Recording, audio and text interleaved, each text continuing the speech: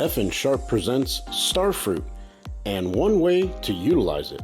The F and Sharp paring knife is perfect for this task. If you've never had starfruit but only seen it, you might wonder, what does it taste like? Well, it tastes like a cross between a green grape, an orange, and a pear.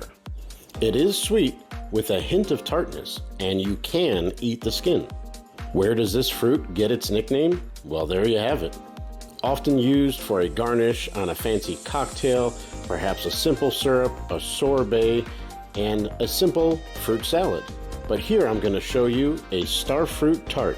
Simply thaw out a frozen puff pastry sheet, roll it out just a little bit, add an egg wash, and some sugar, cinnamon, and a little bit of allspice.